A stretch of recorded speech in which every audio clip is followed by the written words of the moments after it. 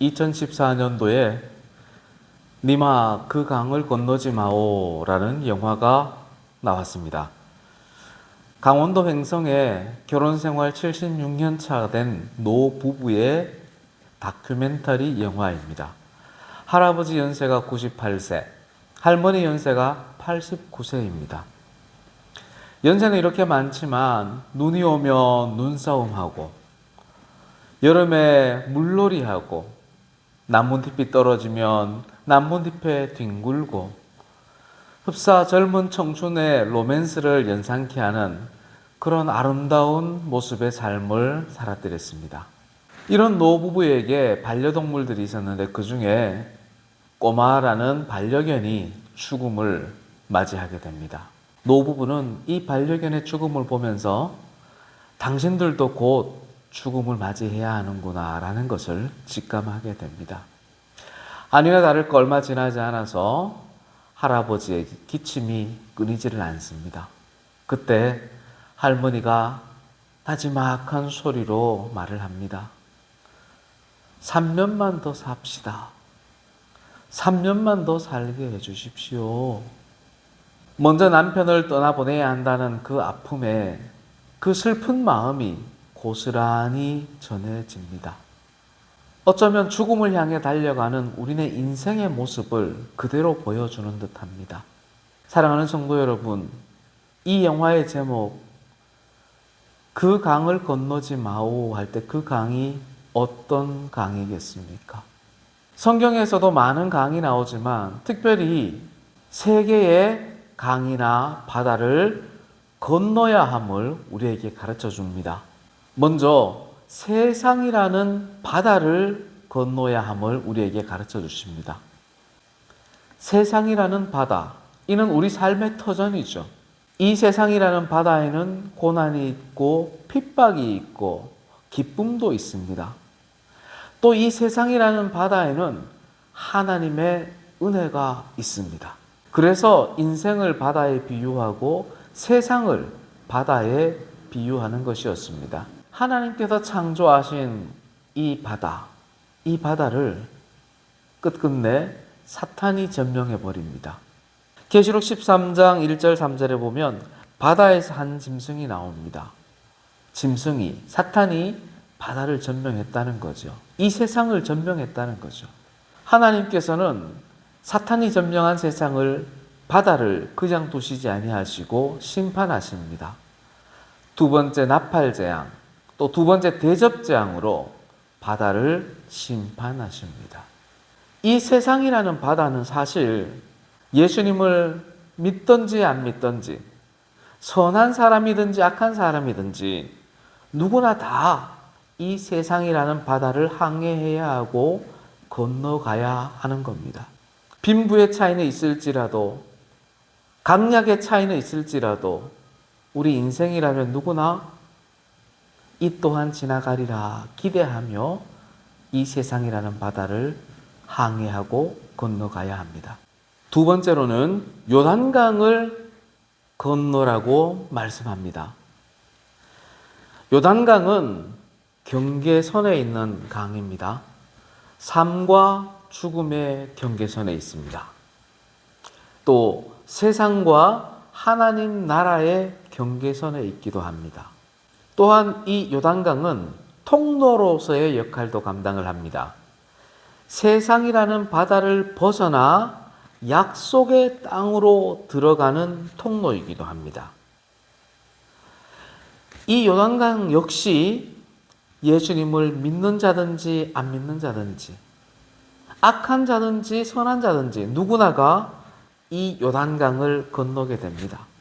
앞서 영화 니마 그 강을 건너지 마오 할 때 그 강은 바로 이 요단강을 말합니다. 요단강은 우리 그리스도인들만에게 일반화된 단어가 아니라 세상 사람들도 요단강 하면 당연히 죽음을 의미하는 단어로 일반적으로 받아들이게 됩니다. 세 번째로 유리바다를 건너야 한다고 말씀하십니다. 유리바다가 뭘까? 유리바다가 어디에 있을까? 유리바다는 하나님 보좌 앞에 있다라고 말씀합니다. 4장 6절에 보좌 앞에 수정과 같은 유리바다가 있고 이렇게 말씀합니다. 그런데 우리가 유리바다라고 하면 유리라는 단어 때문에 깨지기 쉽다, 약하다 이런 의미가 먼저 다가옵니다. 하지만 유리라는 이 의미 속에는 맑다, 깨끗하다, 투명하다라는 의미가 본질적인 의미입니다. 다시 말해서 유리바다 속의 것을 감출 수 없다. 유리바다 뒤편에 저 너머에 있는 것을 감출 수 없다는 겁니다. 모든 것이 그대로 다 비춰진다는 것을 의미하는 의미에서 유리바다라고 표현을 하는 겁니다. 그래서 하늘에서 보면 땅이 그대로 비춰지고 땅에서 보면 하늘이 그대로 보여진다는 거죠. 그래서 유리바다라고 하는 겁니다. 이 요한계시록은 사도 요한의 시선으로 쓰여졌습니다. 그러다 보니 사도 요한의 위치에 따라 이 유리바다를 표현하는 것이 조금씩 다릅니다. 4장 6절에서는 이 유리바다를 수정과 같은 유리바다라고 표현을 합니다.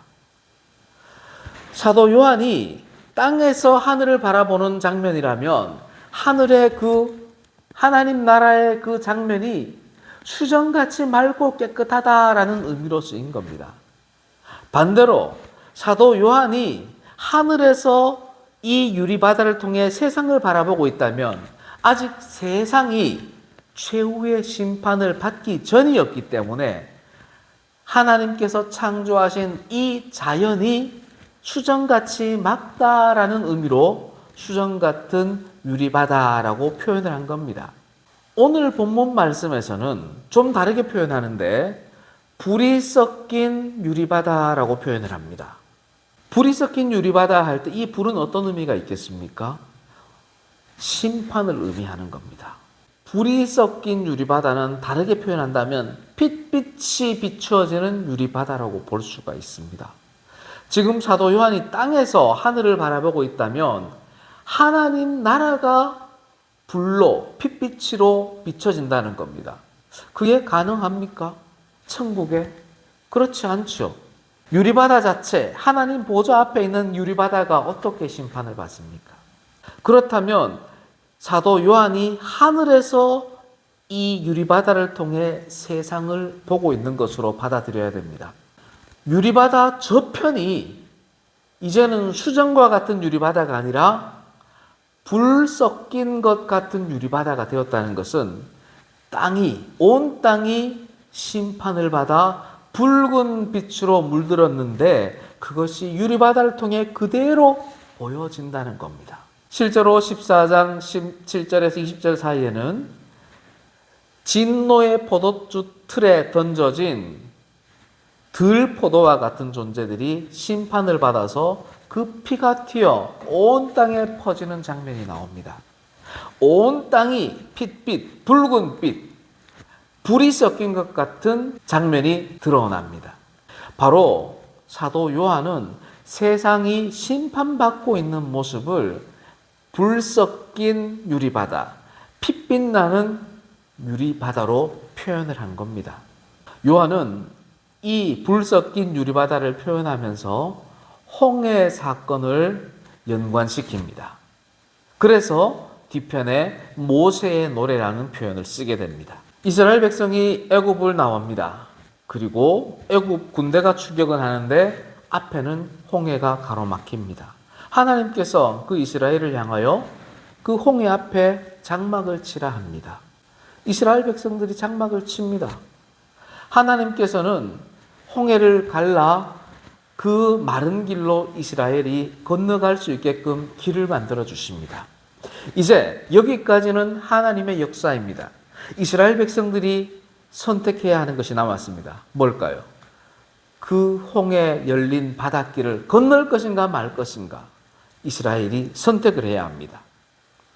히브리서 11장 29절에서는 믿음으로 그들은 홍해를 육지같이 건넜으나 애굽 사람들은 이것을 시험하다가 빠져 죽었으며, 그렇습니다. 이스라엘 백성은 믿음으로 그 홍해 열린 바닷길을 건넙니다. 이 홍해 바닷길만 건너면 뭐가 있어요? 언약의 땅이 있기 때문입니다. 믿는 사람들에게는 이 홍해 바닷길이 구원의 통로였지만 믿지 않는 자들에게는 이 홍해가 심판의 바다가 되어버렸습니다. 말 그대로 홍해는 붉은 빛을 내는 바다였습니다. 그래서 사도 요한은 지금 요한계시록에서 불 섞인 바다, 핏빛 나는 바다를 홍해와 연관시켜 우리가 이해하기 쉽게끔 가르쳐주고 있는 겁니다. 그렇다면 이 유리 바다를 어떻게 건너야 할까요? 앞서 말씀드렸듯이 세상이라는 바다와 요단강은 예수님을 믿거나 않거나 악한 자거나 선한 자거나 누구나 건너게 되어 있는 바다요 강입니다. 그런데 유리바다는 그와 다릅니다. 그렇다고 해서 요단강을 건넌 죽은 자들이 자신들의 노력으로 이 유리바다를 건널 수 있느냐? 그렇지도 않습니다. 새사랑이라는 바다에서의 하나님의 은혜와 삶의 결과에 따라서 하나님이 주권적으로 이 유리바다를 건너게 해주십니다. 사람의 능력, 사람의 노력으로 건너는 것이 아닙니다. 지금 바로 이 순간에 우리의 믿음으로 인해 하나님께서 그 믿음의 백성을 유리바다를 건너게 해주시는 겁니다. 어떤 믿음일까요? 예수에 대한 믿음입니다. 예수님을 믿는다는 것은 예수님의 말씀을 믿고 순종하는 겁니다. 에베소서 1장 13절입니다. 그 안에서 너희도 진리의 말씀, 곧 너희의 구원의 복음을 듣고 그 안에서 또한 믿어 약속의 성령으로 인치심을 받았으니 아멘. 예수 그리스도의 말씀을 믿고 순종하는 것이 곧 예수님을 믿는 것이고 그것이 바로 유리바다를 건너는 사람이라는 증표입니다. 어떻게 유리바다를 건널 수 있을까요? 믿음으로 건널 수 있습니다. 그렇다면 누가 유리바다를 건널까요? 승리하는 자가 유리바다를 건너게 됩니다. 2절 말씀입니다. 짐승과 그의 우상과 그의 이름의 수를 이기고 벗어난 자들이 유리바닷가에 서서 하나님의 검은고를 가지고 승리자입니다. 이 세상에서 이 세상이라는 바다에서 승리하는 자, 그가 유리바다를 건너는 겁니다. 바로 이 삶의 현장에서 예수님을 믿음으로 승리하는 자가 유리바다를 건너게 되는데 본인의 의지가 아니라 하나님의 인도하심으로 유리바다를 건너 예루살렘, 새 예루살렘에 들어가게 되는 겁니다. 누가 승리자였습니까? 예수께서 승리자였습니다. 요한복음 16장 33절입니다. 세상에서는 너희가 환난을 당하나 담대하라. 내가 세상을 이기었노라. 아멘. 예수님만 승리하느냐? 그렇지 않습니다. 예수님을 믿는 우리 성도도 승리합니다. 계시록 14장 1절입니다. 또 내가 보니 보라 어린 양이 시온산에 섰고 그와 함께 14만 4천이 서 있는데 그들의 이마에는 어린 양의 이름과 그 아버지의 이름을 쓴 것이 있더라. 아멘. 하나님의 인치심을 받은 자들이 바로 승리자들입니다. 승리자에게는 특권이 있습니다. 어린 양 예수에 의해 구원의 백성으로 추수되는 특권이 있습니다. 또한 유리바다 건너편 새 예루살렘 시온성으로 들어가 그곳에서 하나님과 예수님과 동거하는 특권을 누리게 됩니다. 승리자에 반해 패배자가 있을진데 그 패배자는 어떤 존재일까요? 앞에 계시록 13장에 나옵니다. 사탄에게 경배하는 자들입니다. 이들은 우상을 만들고 우상을 숭배합니다. 짐승의 표를 받고 사탄의 표를 받아 살아갑니다. 이들은 결국 패배자가 되어서 세상이라는 바다는 건너고 요단강을 건너지만 유리바다는 건너지를 못하고 지옥으로 들어가게 되는 겁니다. 사랑하는 성도 여러분, 사람은 누구나 삶과 죽음의 경계를 상징하는 요단강을 건너게 됩니다. 세상 사람들이 건너는 그 요단강은 어느 누구도 회피할 수 없는 죽음의 요단강일 뿐입니다. 그렇지만 우리 그리스도인들에게 있어서 요단강은 죽음과 삶의 경계이면서 동시에 언약의 땅으로 들어가는 통로이기도 합니다. 하나님은 요단강을 건넌 그 사람들 중에 하나님의 백성을 유리바다를 건너게 하여 시온성 새 예루살렘에 인도해 주십니다.